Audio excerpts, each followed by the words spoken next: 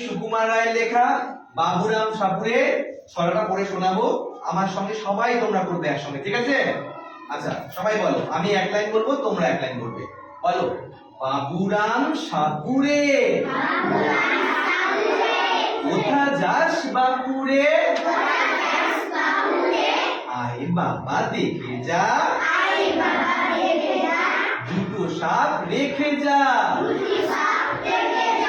যে সাপের চোখ নেই, শিং নেই, নখ নেই,